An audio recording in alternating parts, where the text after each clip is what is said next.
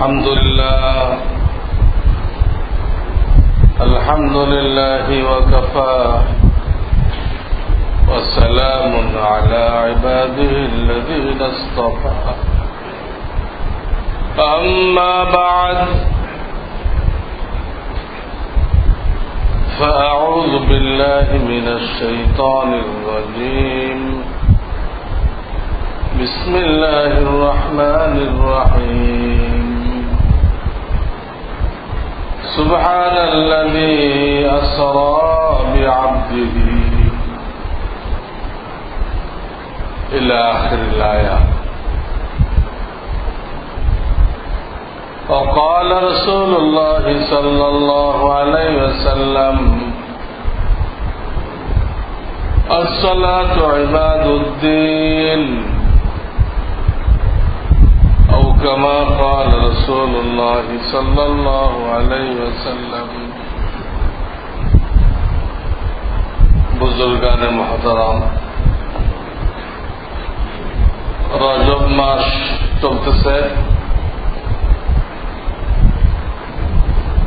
এই মাসে আমাদের প্রিয় নবী মুহাম্মদ রাসূলুল্লাহ সাল্লাল্লাহু আলাইহি ওয়াসাল্লামের মেরাজ হয়েছিল। আল্লাহ রাব্বুল আলামিন নিজের দিদার দ্বারা ধন্য করার জন্য প্রিয় নবীজিকে 7 আসমানের উপরে নিয়ে গেছিলেন।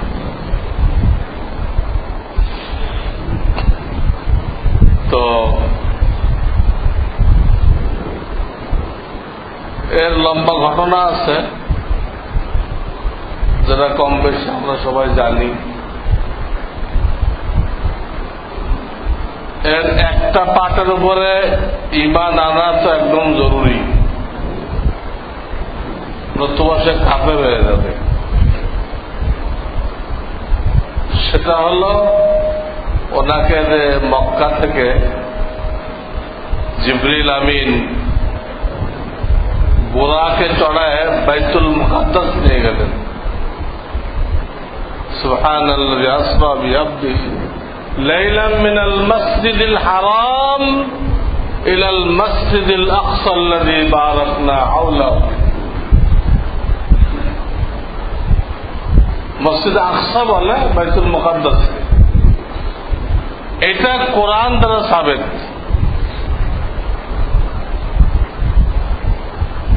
অথচ কয়েক মাসের পথ, উঠে গেলে কয়েক মাস লাগবে। এক রাত্রে গেলেন, ফিরে আসলেন। এইখান থেকে যে 7 আসমানে গেলেন, বিভিন্ন নবী আলাইহিস সালামদের সাথে পরিচয় হলো। তারপরে তিনি আরো উপরে গেলেন। যাওয়ার পরে আল্লাহর জিয়ারত নসিব হল। আল্লাহ তাআলাকে সালাম পেশ করলেন, আল্লাহ রহমত নাযিল করলেন। এই সব কিছু হল। তখন আল্লাহ রাব্বুল আলামিন নবীজিকে এই উম্মতের জন্য 3টা হাদিয়া পেশ করলেন। 3টা হাদিয়া, মেরাজের হাদিয়া এই 3টা। একটা বললেন, তোমার কোন উম্মত যদি শিরিক মুক্ত ঈমান নিয়ে আসতে পারে, শিরিক মুক্ত, আমি রব্বুল আলামিন তার জান্নাতের দায়িত্ব নিয়ে নিলাম। তার আমল যেমন হোক না কেন, সে এক সময় জান্নাতে যাবেই। এই একটা হাদিয়া। 2 নম্বর হাদিয়া হলো, আমরা যে 5 ওয়াক্ত নামাজ পড়তেছি, ডেইলি 5 বার আল্লাহর সাথে সম্পর্ক নবায়ন করতেছে 5 বার, যারা নফল পড়ে তারা তো 10 বার আল্লাহর সাথে সম্পর্ককে তাজা করতেছে। এই নামাজটাও মেরাজের হাদিয়া। শুরুতে এটা 50 ওয়াক্ত ছিল, মূসা আলাইহিস সালামের অনুরোধে নবীজি দরখাস্ত করে এটা কমাইছিলেন। 5-এর পরে আর কমান নাই, যেহেতু 5 করে কমতেছিল, এরপর কমাইলে তো 0 হয়ে যায়, কি নিয়ে যাবে? শরম পাইতেছিলেন। যদিও মূসা আলাইহিস সালাম আরো কমাইতে বলছিলেন, নবীজি আর কমান নেই। তখন আল্লাহ তাআলা বললেন, মা ইউবাদদালুল কওলু লাদাইয়া, আমার কথার মধ্যে কোনো পরিবর্তন হয় না। আমি যে 50 দিয়েছিলাম ওই 50 স্থির থাকবে। তোমার উম্মত 5 ওয়াক্তই পড়বে, কিন্তু আমি তো তোমার উম্মতের জন্য কমপক্ষে 10 গুণ সওয়াব বাড়াই দিব। তো 5 ওয়াক্ত পড়লে 5-10 50 ওয়াক্তের সওয়াব আমি দিয়ে দিব তাদেরকে। আমার কথার কোনো পরিবর্তন নেই, তোমার সুপারিশে কমাই দিলাম, তোমারটাও ঠিক আমারটাও ঠিক। এটা হল দ্বিতীয় হাদিয়া। 3 নম্বর হাদিয়া সূরা বাকারার শেষ রুকু। সূরা বাকারার কোনো কিছু তখনও নাযিল হয়নি। সূরা বাকারা নাযিল হয়েছে মদিনায় যাওয়ার পরে, হিজরত করে মদিনায় যাওয়ার পরে বাকারা নাযিল হয়েছে। আর মেরাজ হয়েছে মক্কায় থাকা অবস্থায়, তো বাকারা নাযিল হবে কোত্থেকে? সূরা বাকারা এখনো নাযিল হয়নি মোটেও, অথচ শেষের রুকু আমানার রাসূল বিমা উনজিলা ইলাইহি মির রাব্বিহি, এই আয়াতগুলো নাযিল হয়ে গেল। নবীজিকে দেওয়া হলো যে আপনার উম্মতকে রাত্রে শোয়ার সময় পড়তে বলবেন। এটা যারা পড়বে আল্লাহ তাআলা তামাম বালা মুসিবত থেকে তাদেরকে হেফাজত করবেন। এবং কোন কারণে যদি সে তাহাজ্জুদের জন্য উঠতে না পারে, তো তাকে এই আয়াতটা পড়ার কারণে তাকে ওই তাহাজ্জুদ পড়নেওয়ালাদের কাতারে শুমার করা হবে, গণনা করা হবে। তো এটা 3 নম্বর হাদিয়া। এই 3টা হাদিয়া তাকে মেরাজের হাদিয়া বলে। এটা মুসলিম শরীফের হাদিস। এই 3টা যে মেরাজের হাদিয়া, দলিল কি? যেটা মুসলিম শরীফের, বুখারীর সমকক্ষ হাদিসের কিতাব, যেটা বুখারীর সমকক্ষ, সেটা হল মুসলিম শরীফ। সে মুসলিম শরীফে এই কথাগুলো আছে। ওখান থেকে ফিরে আসার সময়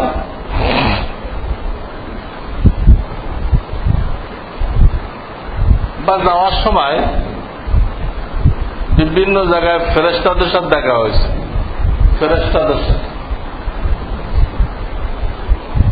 তারা যেখানে ফেরেশতাদের জামাতের সাথে দেখা হয়েছে, তারা আমাদের নবীজিকে বলছেন যে আপনি দুনিয়াতে ফিরে যায় আপনার উম্মতকে বলবেন তারা যেন স্বাস্থ্যের খোঁজ খবর রাখে এবং তার জন্য মাঝে মধ্যে সিঙ্গা লাগায়।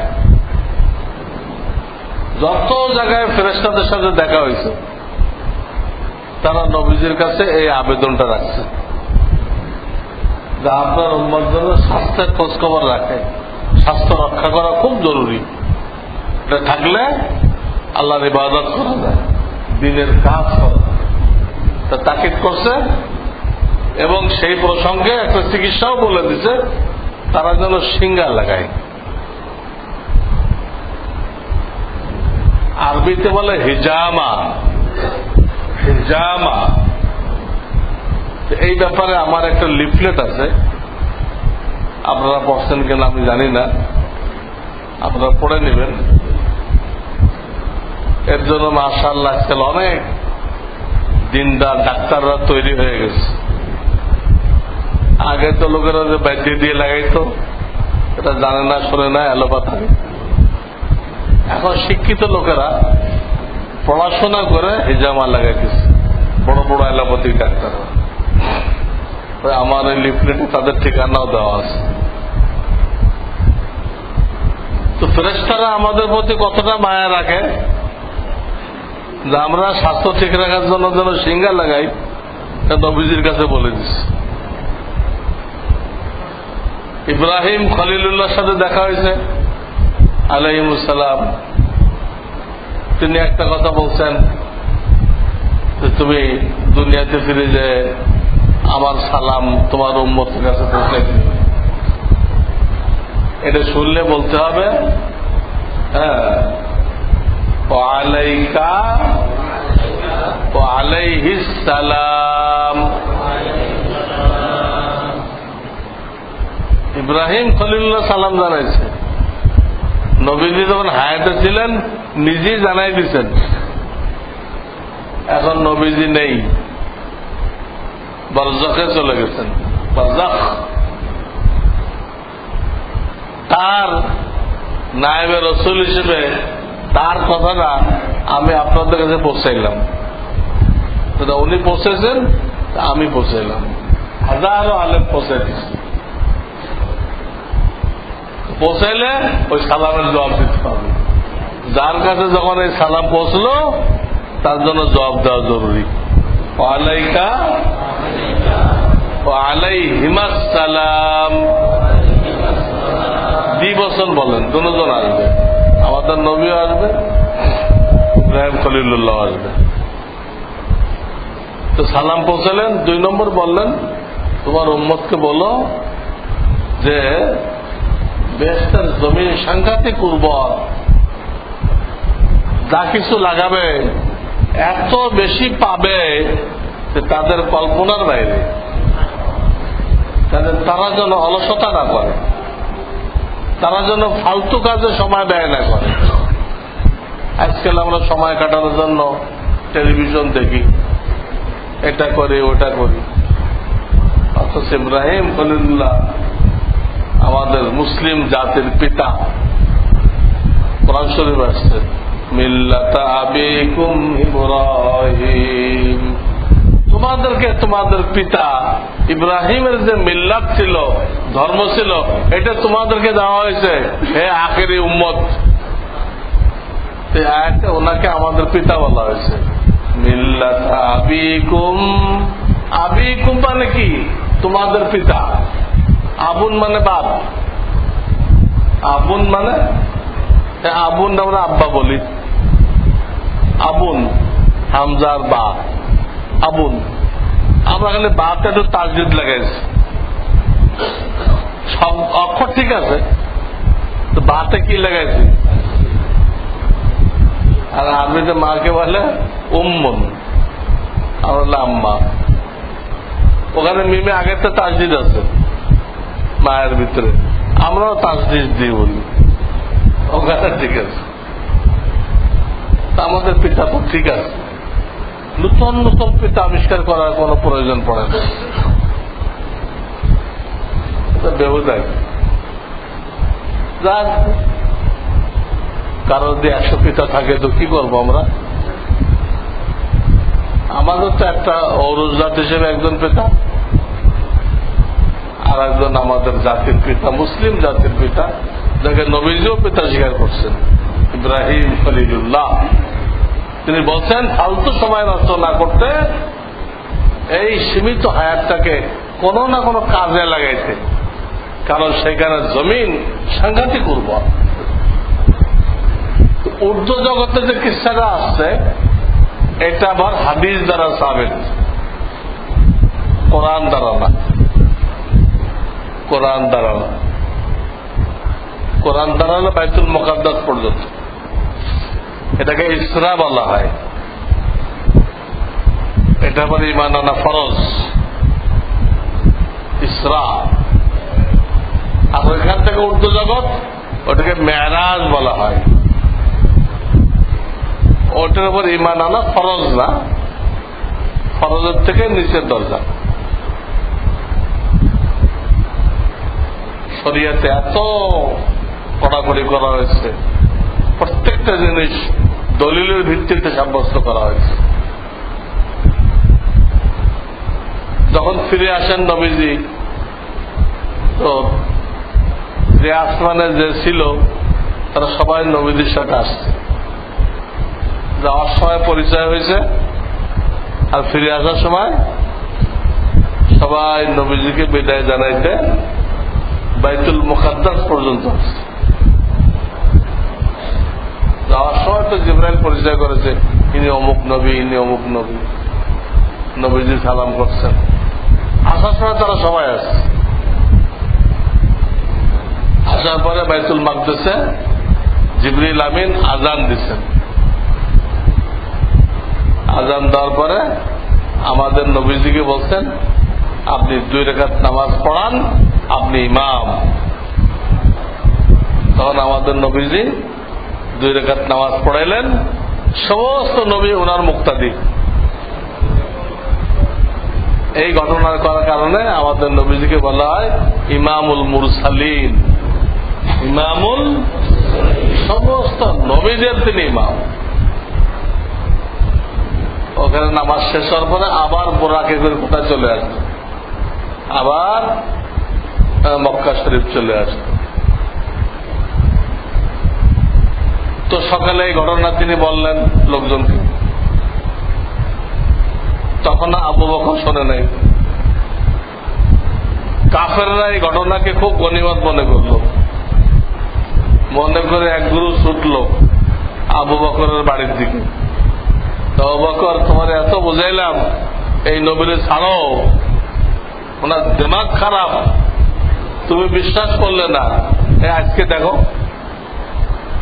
এই 6 মাসের পর এক রাত্রে কেমনে গেল, আর সেইখানটা নাকি 7 আসমানের উপরেও গেছে। কিভাবে সম্ভব?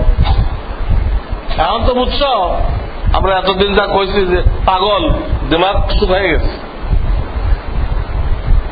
নবী টবি কিছু না, মাথা শুকাই যাওয়ার কারণে পাগলামি করে। আবু বকর সিদ্দিক রাদিয়াল্লাহু আনহু বললেন, আমি তো এখনো শুনি নাই ওনার মুখে, কিন্তু উনি বলছেন কিনা এটা রাত্রে এই ঘটনা ঘটছে। চলো তুমি নিজের কানে শোনো, এরকম পাগলামের কথা কেউ বলে? আমরা শুনছি, আমরা শুনে আসছি।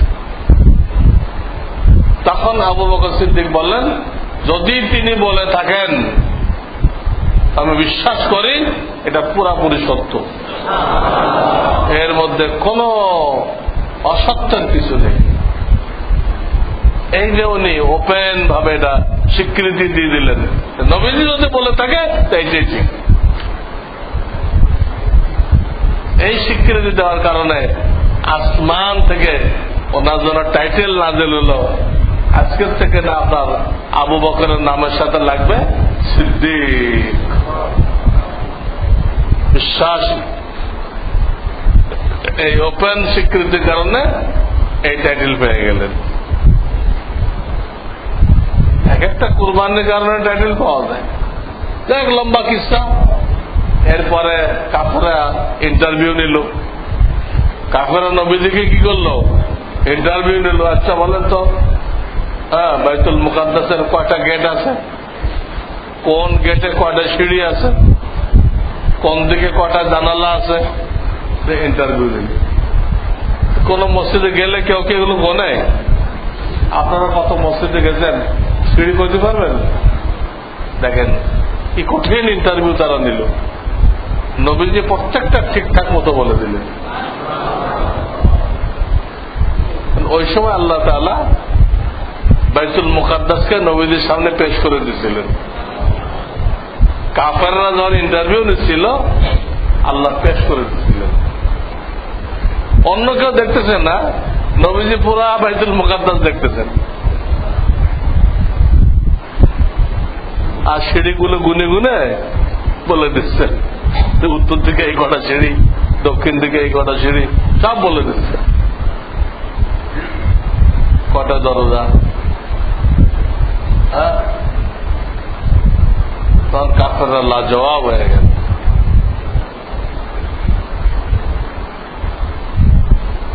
পরবর্তীকালে হেরাকেলের কাছে যখন নাকি ইসলামের দাওয়াত নিয়ে যায়, তখনও এই মেরাজের আলোচনা উঠছিল। মেরাজের আলোচনা উঠছিল। তো হেরাকেল একটা সন্দেহ করতেছিল আসলে কি ওনার মেরাজ হয়েছিল। তখন হেরাকেলের দরবারে একটা ওকে লাট পাদ্রী বলে, পাদ্রীদের হেড, সে উপস্থিত ছিল। সে বলল, হুজুর আসলে হয়েছিল। তো কেমনে বুঝলে? তুমি কেমনে বুঝলে যে হয়েছিল? বলল, যে টাইমের কথা ইনারা বলতেছে ঠিক ওরকম একটা জামানায় আমরা একদিন বাইতুল মুকাদ্দাসের সব গেটগুলো বন্ধ করতে পারছি, একটা গেট কোন অবস্থায় বন্ধ করতে পারিনি, কোন অবস্থায় পারিনি, তো খোলায় রাখতে হয়েছে। সকালে মিস্ত্রি এনে তক্তা কিছু কেটে দেওয়া ছাড়া এটা আর লাগানো কি না, দরজা ঝুলে দেয় না অনেক সময়, এরকম কিছু একটা হয়েছে। এই মনে করে আমরা লাগাইতে ব্যর্থ হয়ে গেলাম, চলে গেলাম। সকালে এসে দেখি দরজা একদম ইজি, তাপ সাপ লাগে। একটা জিনিস দেখলাম আমরা। 2 নম্বর, রাত্রে এখানে লোকজন আসছে, হ্যাঁ, অনেক লোকজন উজু করছে, তার আমরা আলামত পাইলাম।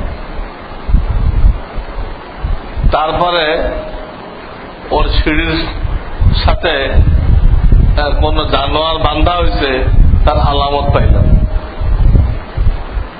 তাতে বোঝা যায় যে আসলে মেরাজ হয়েছে। মানে এই আলামত গুলো কি? তো হাওয়া না, এগুলো এই হলো মেরাজ। তো এরপরে মেরাজ যেদিন হলো, ওই দিন ফজরে তো জিবরাইল আসে নাই, জোহরের সময় আল্লাহর পক্ষ থেকে জিবরাইল আলাইহিস সালাম আসলেন। জোহরের নামাজের সময় জিবরাইল আলাইহিস সালাম আসলেন, মানুষের সুরত আসলেন এবং নবীজিকে বললেন, আপনার উম্মতকে জমা করেন, আমি ইমাম হয়ে নামাজ দেখাই দিব, নামাজের ওয়াক্ত দেখাই দিব। ওয়াক্তের শুরু শেষ, কারণ উনি 2 দিনে 10 ওয়াক্ত পড়ছিলেন। জোহর আজকে এক টাইমে, কালকে এক টাইমে। আজকেরটা জোহরের শুরু, কালকেরটা শেষ টাইম। আসর আজকে শুরু ওয়াক্তে, কালকে। এর 2 দিনে 10 ওয়াক্ত ইমামতি করছে।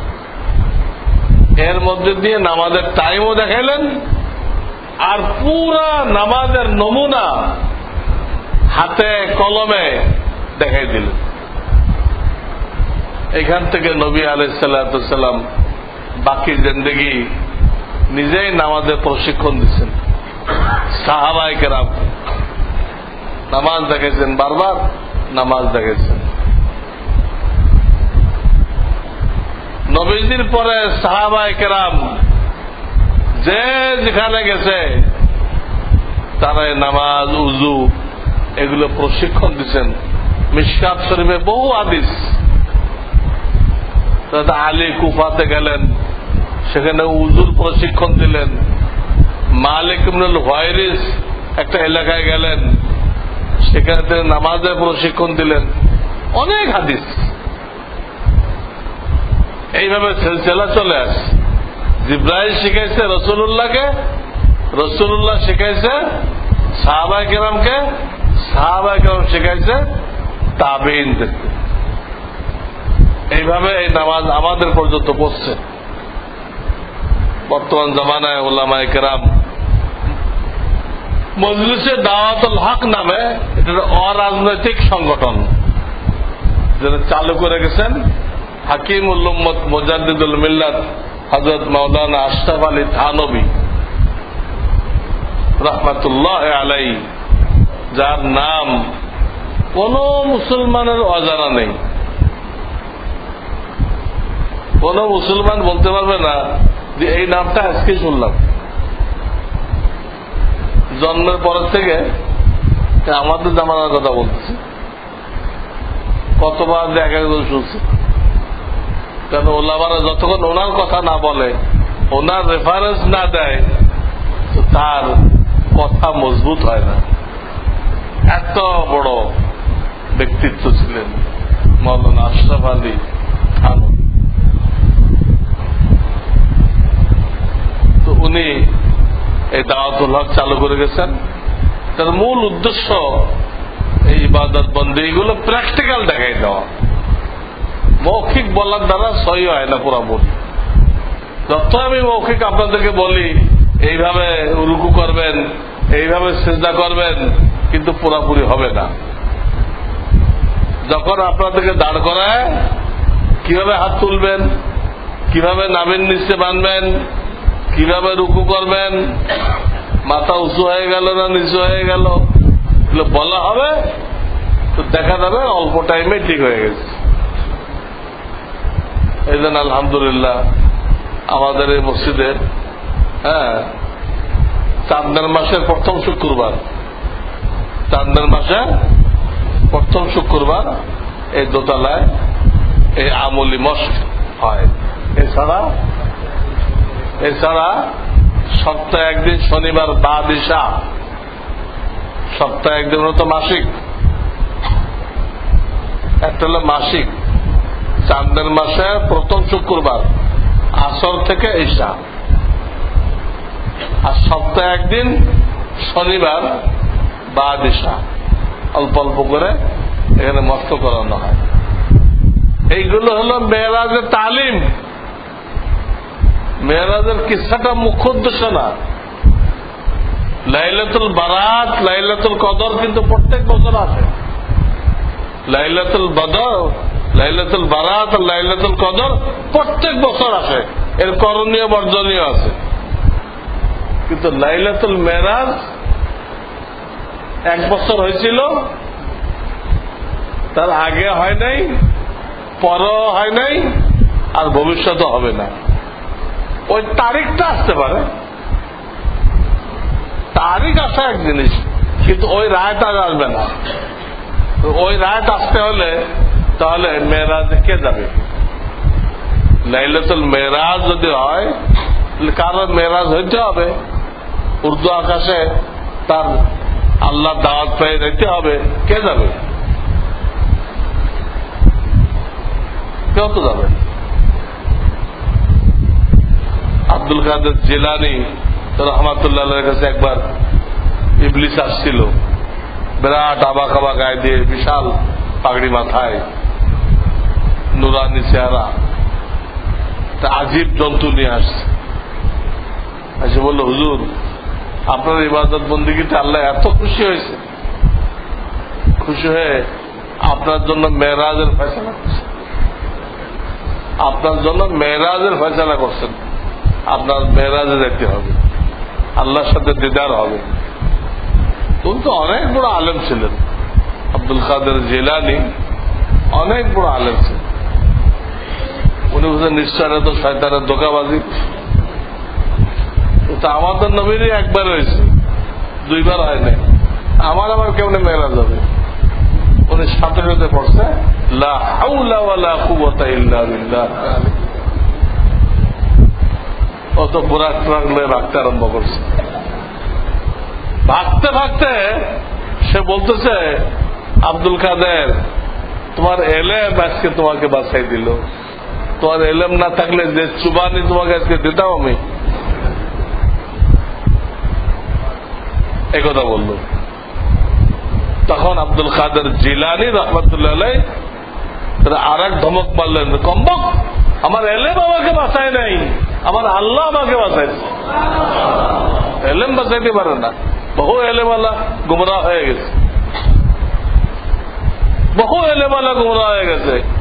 যারা দোয়া করার সাথে সাথে দোয়া কবুল হইত, বালাম বিন বাউল দোয়া কবুল করার সাথে সাথে কবুল হইত। 10 বারের ঘটনা আছে, সে বেঈমান হয়ে মরছে। বালাম বেঈমান হয়ে মরে গেছে। কাজে নিজের ভিতরে যে বড়াই এসে যায়, আমি একটা কিছু হয়ে গেছি, শেষ ধ্বংস। আল্লাহ কোন অহংকারীকে পছন্দ করেন না, কোন অহংকারীকে দিয়ে তার ধর্মের কাজ নেবেন না, বিনয়কে দিয়ে কাজ নেবেন। যে অনেক কিছু করে তারপরে বললে আল্লাহ কিছুই তো করতে পারলাম না। অনেক কিছু করে কিন্তু বলে কি, আল্লাহ কিছুই তো হলো না, যা করলাম এটা তোমার দরবারে পেশ করার মতো না। এরকম যারা বলতে পারে আল্লাহ তাদেরকে দিয়ে কাজ নেই। এইগুলো মেরাজের শিক্ষা। আমরা নিজেরা শিরক মুক্ত ঈমান হাসিল করব, শিরক মুক্ত ঈমান হাসিল করব, আর অন্যকে দাওয়াত দিব। আর যা হোক ঈমানটাকে পিওর করেন। ওই মাজার পূজারীদের ঈমান গ্রহণযোগ্য হবে না। আমাদের দেশের নেতারা মাজারে মাজারে ঘুরে, মনে করে মাজার অনেক শক্তি আছে, আমার ইলেকশনে জিতাই দিবে। এই যে মাজারওয়ালা শক্তি আছে মনে করে মাজারে মাজারে ঘুরতেছে, তা শিরক। আপনি মনে করতেছেন কি ধর্মপ্রাণ, উনি আজমিরের মাজারে গেছে, উনি শাহজালাল এমানের মাজারে গেছে, কি ধর্মপ্রাণ মানুষ। অথচ ওলামাদের নজরে উনি বেঈমান হয়ে আসছে, ঈমান শেষ। উনি আল্লাহর শক্তিতে বিশ্বাস করে না, মাজারওয়ালা শক্তিতে বিশ্বাস করে। এটা কোন ধর্মের কাজ না, মাজারে ঘোরা কোন ধর্মের কাজ না। মাজার যারা ঘুরবে তাদের শিরক মুক্ত ঈমান হবে না। 2 নম্বর, এই যে নামাজ আমরা পড়ি শিখতে হবে। এখানে যে বাস্তব প্রশিক্ষণের মাধ্যমে শিক্ষা দেওয়া হয়, এইভাবে শিখতে হবে। লেকচার শুনে নামাজ সহি হবে না। তাহলে নবীজির থেকে কে বয়ান জানে? তিনি বয়ান দ্বারা শিখাইতেন, তিনি হাতে কলমে শিখাইলেন কেন? তো বোঝা গেল শেখার জন্য আমি বললাম আমাদের এখানে মাসিক ব্যবস্থা আছে, সাপ্তাহিক ব্যবস্থা আছে। আপনাদের দোয়ায় ছোট্ট মসজিদ বটে, কিন্তু আল্লাহ এটাকে হেদায়েতের মার্কাজ বানাই দিচ্ছে। বাইতুল মুকাররমে যা না হয় এখানে তা হয়, বাইতুল মুকাররম যা না হয় এই মসজিদে তা হয়। সেখানে হেদায়েতের কি হয়, হেদায়েতের কি কাজ হয় সেখানে? সেখানে নামাজ পড়ানোওয়ালা সূরা ফাতিহার মধ্যে কয়েকটা ভুল, এনে বানানো হয়েছে ইমাম। সরকার নির্বাচন করলে এরকমই হয়। ওদের ওলামাদের বোর্ড থাকতো, এই ধরনের জাহেল তার ইমাম হতে পারত। এই জন্য আমি দাওয়াত দিচ্ছি, আপনারা সময় করে নামাজটা হাতে কলমে শিখে নেবেন। তখন দেখবেন সেই নামাজের মজা কত, সেই নামাজে মন এদিক ওদিক যাবে না। আর কোরআনটা শিখতে হবে। আলহামদুলিল্লাহ আমাদের এখানে কোরআনও শিক্ষা দেওয়া হয়, এক ব্যাচের পরে এক ব্যাচ কোরআন শিক্ষা দেওয়া হয় চক সেলেটের মাধ্যমে। ঈশার নামাজের পরে ইমাম সাহেবের কাছে খোঁজ খবর নিয়ে কোন একটা ব্যাচে শরীক হয়ে আপনারা কোরআনের তালেব ইলম হয়ে যাবেন। কোরআনের তালেব ইলম না হয়ে আল্লাহ আমাদের কাউকে যেন মৃত্যু দান না করে। এইগুলো মেরাজের হাদিয়া। মেরাজের কিসা জানা জরুরি না, কিন্তু মেরাজের শিক্ষা জানা জরুরি। শিক্ষা হলো এই তিনটাকে জোর লাগাও, ইমান ঠিক করো, নামাজ সহি করো, কোরআন সহি করো। প্রাথমিক ভাবে এই তিনটাই কাজ।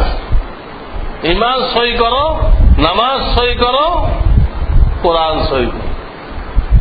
ওই তথাকথিত ভাইদের মতো যে আপনি মানুষকে বেঈমান বানাইবেন না, ইমানদার বানাইতে বলা হয়েছে। আর আমাদের তথাকথিত আহলুল হাদিস ভাইরা যে বলতেছে আপনার তো আবু হানিফা সাহেব মানছেন, আপনার তো ইমান নেই। সবাই বেঈমান বানাইতেছে। এই দাওয়াত, এই ফালতু কাজ করতে বলা হয়েছে। কাজের কাজ করো। তাদের ইমান নেই, তাদের ইমানের দাওয়াত দাও। নামাজ সহি করো, নামাজ সহি করবে না। আপনার নামাজ সহি আছে, বলবে তুই আমিন জোরে কও নাই, তোমার নামাজ হয়নি। অথচ দুনিয়ার কেউ একথা বলে নাই যে আমিন জোরে বলারও হাদিস আছে, যত জাইফ আসতে বলার হাদিস আছে। ঠিক আছে, দুটোই ঠিক, কিন্তু জোরে না করলে নামাজ হবে না। যে এই তথাকথিত লামাযহাবিরা ছাড়া আর কেউ বলে না। এটা সম্পূর্ণ ভুলের উপর আছে, সম্পূর্ণ ভুলের উপর আছে। অনেকের খটকা হয়, তারা যে কথাগুলো বলে ওটা তো কোনো না কোনো মাযহাবে থাকতে পারে। তো ওদেরটা ভুল বললে তো ওটা একটা মাযহাবও ভুল হয়ে যায়। ওটা যদি কোনো মাযহাবে থাকে তা আমিন তারা জোরে বলতে পারে, বলতে বলে, তো জোরে বলা তো কোনো মাযহাবে আছে, তো সেই মাযহাবটা ভুল হয়ে গেল। এর জবাব এইটা যদি কোন মাযহাবদারি লামাযহাবিরা যারা বলতেছে এইটা যদি কোন মাযহাবদারি বলে তারটা ভুল হবে না। কেন? ঘটনায় মাযহাবধারী একজন ইমামে মুজতাহিদকে মানতেছে। কাকে মানতেছে? ভালো করে বুঝেন, ইমামে মুজতাহিদ, যারা কোরআন হাদিসের একদম তলদেশে চলে গেছে। ওখান থেকে মণিমুক্তা বের করে আমাদের জন্য চলার রাস্তা তৈরি করে দিয়ে গেছে। আমরা যে আসানের সাথে চলতেছি, সব ফতো ফরাইজ দিয়ে দিচ্ছি, তো তারা বের করে দিয়ে গেছে, আমরা তো বের করতে পারতাম না। 4 ইমাম বের করে দিয়ে গেছে। এই 4 ইমাম সম্পর্কে আল্লাহ রসুল অগ্রিম বলে গেছেন আগের থেকে। এই ইমামরা যে ইজতিহাদ করবে, গভীর তলদেশ থেকে মাসলা বের করবে, এই মাসলা বের করতে দেয় যদি সঠিক করে তো 2টা সওয়াব পাবে। কটা সওয়াব? 2টা সওয়াব পাবে। আর আল্লাহ না করুক যদি তার ভুল হয়ে যায়, সে তো তার সাধ্য অনুযায়ী 6টা বের করার চেষ্টা করছে, কিন্তু সে তো মানুষ, হইতেও পারে ভুল, তো তখনও তাকে একটা সওয়াব দেওয়া হবে। ইমামে মুজতাহিদ যদি ভুল করে তখনও তাকে একটা সওয়াব দেওয়া হবে, এবং এই ভুলটা যারা মানবে তাদেরকে আল্লাহ সহিহ হিসেবে কবুল করবে এবং তাদেরকে জান্নাত দান করবেন। এই হাদিসের সামনে রাখেন যে ইমামে মুজতাহিদ সহি করলে 2 সওয়াব, আর সে সাধ্য অনুযায়ী চেষ্টা করার পরও সে যেখানে পড়ছে আল্লাহ না করে ওটা ভুল ছিল, তখন আল্লাহ সেদের দিন বোঝার জন্য মাথা খাটাইছে, আল্লাহ তাকে মাহরুম করবেন না, তাকে একটা সওয়াব দিবেন। এবং সেটা মানতেছে, ওটা তার অনুসারীরা মানতেছে, তাদেরকে সওয়াব দান করবেন, জান্নাত দান করবেন, এবং তাকে কিয়ামতের দিন বেইজ্জত করবেন না, কোন ইমামকে বেইজ্জত করবেন না। তুমি এটা যে মাসলা বের করছিলে তোমার এটা তো রং ছিল, এটা বলবেন না। চারোটা তিনি কবুল করে নিচ্ছেন। আল্লাহ চারো মাযহাবকে কবুল করছেন। হইতে পারে কোনটায় আবু হানিফা যারা কইছে এটা দুর্বল, কোনটা শাফি সাহেবেরটা দুর্বল হইতে পারে, কোনটা মালিক সাহেবেরটা দুর্বল হইতে পারে, কোনটা হাম্বলি সাহেবেরটা দুর্বল হইতে পারে, কিন্তু সেটা আর আমাদের দেখার দরকার নেই। আমরা দেখবো এনাদেরকে আল্লাহ তাআলা ইমামে মুজতাহিদ বানাইছিলেন। ওনারা ইজতিহাদ করছেন, মাসলা বের করছেন, ওনাদের ভুল হলেও সহি। কিন্তু একই মসলা কোন মাযহাবধারী যদি বলে, আহলে হাদিসরা বলতেছে, তো মাযহাবধারী যদি বলে তো বলা হয় তোমারটা ঠিক। তার পিছনে কে আছে? ইমামে মুজতাহিদ আছে, আর তার ইমামে মুজতাহিদের ভুল মাপ। আর ওই একই কথা যখন আহলুল হাদিস বলবে তারটা গলত, তার পিছনে কি নেই? কোন ইমামে মুজতাহিদ নেই। কিভাবে ব্যাখ্যা করবো যে তোমারটা ঠিক? তার তো কোন ইমাম নেই। তার ইমাম হলো মসজিদে ঝাড়ুদার। আহলুল হাদিসের ইমাম যারা মানে হলো মসজিদে ঝাড়ুদার, ওর কাছে জায়গায় জায়গায় আমল করে। ওই বড় চার ব্যক্তি এর একজনও তাদের নসিব হয় নাই। কাজে ওখানে ওই ব্যাখ্যা দেওয়া যাইতেছে না যে তার পিছনে ইমাম আছে আর ইমাম মুজতাহিদ, মুজতাহিদের ভুলও সহি, এই ব্যাখ্যা দেওয়া যাইতেছে না। তাদের তার যদি জয়ীফ হয় দলিলের বিবেচনায় আমরা ভুল বলে দিব। অনেকে এই সূক্ষ্ম কথাটা বুঝবে না যে একই জিনিস আহলুল হাদিস কইলে এটা অগ্রহণযোগ্য, আবার কোন মাযহাবধারী কইলে সেটা গ্রহণযোগ্য। এটা কেমন? তো পার্সিয়ালিটি হয়ে গেল। আমি একটা হাদিস দ্বারা বুঝাই দিলাম, ওই ইমামে মুজতাহিদের ব্যাপারে নবীজির হাদিস থাকার কারণে এই পার্থক্য হয়ে গেছে। ওরা লা মাযহাবি ছাড়ায় মাযহাবে ঢুকুক, তো ওদের ভুল থাকবে না। যতক্ষণ লা মাযহাবি থাকবে, যেটাই করবে ওটাই ভুল, যেটাই করবে ওটাই কি ভুল। আল্লাহ আমাদেরকে হেফাজত করুন। ওয়া আখিরু দাওয়ানা আনিল হামদুলিল্লাহি রাব্বিল আলামিন।